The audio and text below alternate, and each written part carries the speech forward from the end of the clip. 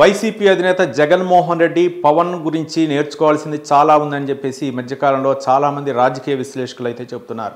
గతంలో అధికారంలో ఉండగా పవన్ కళ్యాణ్ అయితే మాత్రం గెలిచినటువంటి ఒకే ఒక్క సీటుతో అయితే మాత్రం అసెంబ్లీకి వెళ్ళిన తర్వాత ఆ ఒక్క సీటును కూడా వైసీపీ నాయకులు అయితే మాత్రం ఆ పార్టీలోకి లాగేసుకోవడం జరిగింది. తర్వాత పవన్ కళ్యాణ్ అయితే మాత్రం ప్రజల్లో ఉంటూ అంటే దాదాపు ఎన్నికలకు ముందు 6 నెలలకు ముందు కూడా ఆయన ఒంటరిగానే పోటీ చేశాడు. అలాగే జనసేన అలాగే బీజేపీ ఉంది.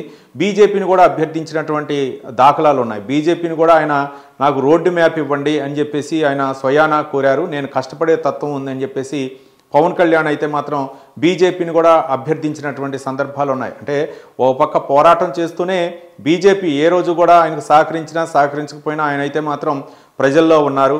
ఒక కిడ్నీ వ్యాధిగ్రస్తులు అవ్వచ్చు, లేకపోతే ఎక్కడైనా సరే పార్టీ కార్యకర్తలు ఎవరైనా సరే చనిపోయినా వాళ్ళ కుటుంబాలని ఆదుకోవటం ఇట్లాంటి కార్యక్రమాలు చేశారు. మరోపక్క ఎవరైతే వైసీపీ నుంచి ఇబ్బంది పడ్డారో వాళ్ళ ఇంట్లోకి పోయి పరామర్శించడం ఇట్లాంటివి కూడా చేసినటువంటి సందర్భాలను చూసాం. కానీ తర్వాత కూడా ఆయన సభలు సమావేశాల్లో కూడా జనసేన పార్టీ సభలు సమావేశాల్లో కూడా ఆయన చాలా అభ్యర్థించారు ప్రజల్ని. ఏమంటే నాకు పట్టుమని ఒక 10 మంది సభ్యులను ఇవ్వండి, నేను అసెంబ్లీలో పోరాడతాను, కాబట్టి మీరు సభలకు వస్తున్నారు, మీరు అదే ఓట్ల రూపేణా నాకు వేయండి, ఓట్లు వేయండి. కాబట్టి ఇక్కడ ఉన్న వాళ్ళు నేను వచ్చినప్పుడు నా సభకు తరలి వచ్చినటువంటి ఎవరైతే జనసేన కార్యకర్తలు అభిమానులు వస్తారో వాళ్ళందరూ ఓట్లు వేసినా సరే నేను ఇక్కడ ఉండేవాడిని కాదు, అసెంబ్లీలో ఉండేవాడిని. కానీ మీరు ఆ ప్రయత్నం చేయట్లేదని చెప్పేసి ఆయన ప్రజలకే విజ్ఞప్తి చేసేవాళ్ళు, కార్యకర్తలకే విజ్ఞప్తి చేసేవాళ్ళు. అట్లాంటి వ్యక్తి ఆయనకు వచ్చినటువంటి 21 సీట్ల ద్వారానే పొత్తులో భాగంగా ఆ 21 సీట్లతోనే గెలిపించుకొని ఈరోజు అసెంబ్లీలో ఆయన మాట్లాడుతున్న విధానం అవ్వచ్చు, ఎక్కడా కూడా ఆ స్థాయికి పెంచుకోకుండా, అంటే ఉప ముఖ్యమంత్రి పదవి ఇచ్చారు అయినా సరే ప్రజా సమస్యలపై ఆయన చర్చిస్తున్నటువంటి విధానం అవ్వచ్చు, తర్వాత గెలిచిన తర్వాత ప్రజల దగ్గరకు పోయి మాట్లాడే విధానం అవ్వచ్చు, అన్నీ కూడా ప్రజలను అయితే మాత్రం చాలా దగ్గర అయ్యే విధంగా ఉన్నాయి. కానీ ఒక పక్క ప్రతిపక్ష హోదా రాకపోయినా సరే జగన్మోహన్ రెడ్డి ఏదో ఉద్యమం అయినట్టు, లేకపోతే అది ఒక హక్కుగా భావిస్తూ, అంటే ఉన్న స్థానాల్లో 10% రావాలి, దానికి 17 స్థానాలు పై చిలుకు రావాలి, కానీ అది రాలేదు. అయినప్పుడు అది అంతా కూడా స్పీకర్ విజ్ఞతకే వదిలేయాలి, స్పీకర్ యొక్క విజ్ఞతపైనే ఆధారపడి ఉంటుంది.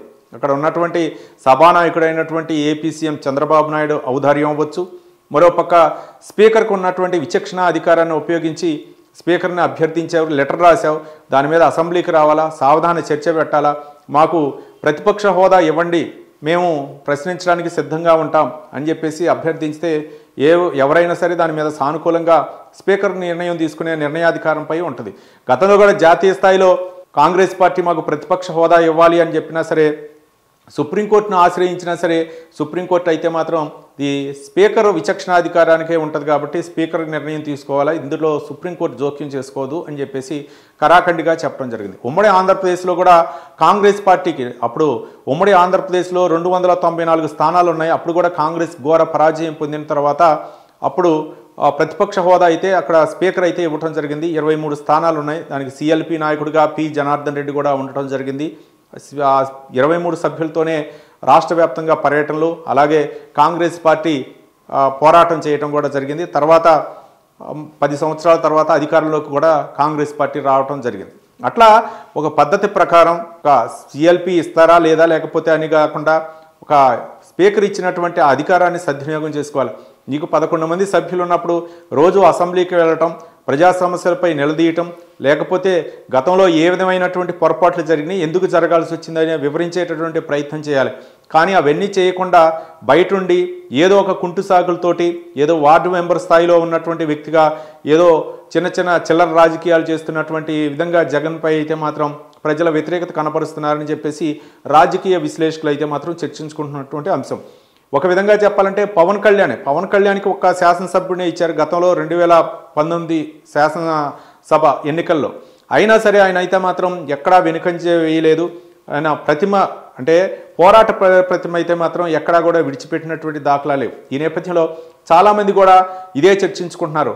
ఒక విధంగా చెప్పారంటే పవన్ కళ్యాణ్ 21 సీట్లతోటి నేను అసెంబ్లీలో ప్రవేశిస్తాను, పట్టుమని 10 మంది మాకు శాసనసభ్యులు ఇవ్వండి, నేను అసెంబ్లీలోకి వెళ్ళి మీ గొంతుకునై ప్రశ్నిస్తాను అని చెప్పేసి గతంలో చెప్పినటువంటి అంశాలని ఇప్పుడు ప్రజలు ఇచ్చారు, అవకాశాన్ని ఆయన సద్వినియోగం చేసుకుంటున్నారు. అట్లాగే నీకు ఈ అవకాశం ఇచ్చారు ప్రజలు కాబట్టి నీకు అసెంబ్లీకి వెళ్ళి ఏ విధంగా చర్చించాలి, అలాగే ప్రభుత్వంపై ఏ విధంగా పోరాటం చేయాలి, మరోపక్క సమస్యలు ఏముంటాయి, ఎక్కడైనా సరే ప్రతిపక్షం అనేది ప్రజల పక్షాన ఉంటుంది. ప్రభుత్వం ఉన్న తర్వాత ప్రభుత్వం తన అధికారాన్ని ఉపయోగించి ప్రజలకు ఏ విధంగా మేలు చేయాలి అనే విధంగా తన సంక్షేమ పథకాలు ఏ విధంగా అమలు చేయాలి, అలాగే అభివృద్ధి కార్యక్రమాలు ఏ విధంగా అమలు చేయాలనే విధంగా ప్రభుత్వం భావిస్తూ ఉంటుంది, ప్రభుత్వం చేయాల్సి ఉంటుంది. ఎక్కడైనా తప్పులు జరిగినప్పుడు వాటిని ఎత్తి చూపుతూ ప్రతిపక్ష పాత్ర పోషించాల్సినటువంటి అవసరం ఉంది. మరోపక్క ఉద్యమం చేయాల్సినటువంటి అవసరం ఉంది.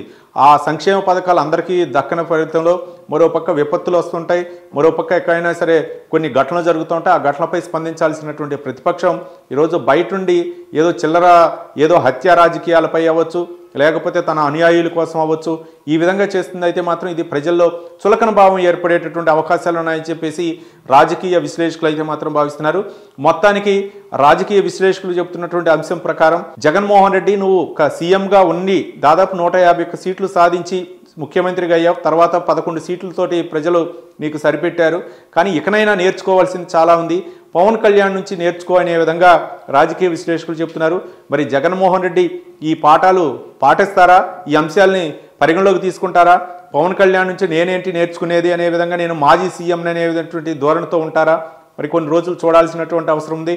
మరోపక్క అసెంబ్లీకి వెళ్ళి అసెంబ్లీ ప్రజల సమస్యలపై ఆయన పోరాడతారనేది కూడా మనం చూడాల్సినటువంటి అవసరం ఉంది. మరి ఈ ప్రతిపక్ష హోదా కోసమే ఈ 5 సంవత్సరాలు జగన్మోహన్ రెడ్డి పోరాటం చేస్తారో మనం చూడాల్సినటువంటి అవసరం ఉంది.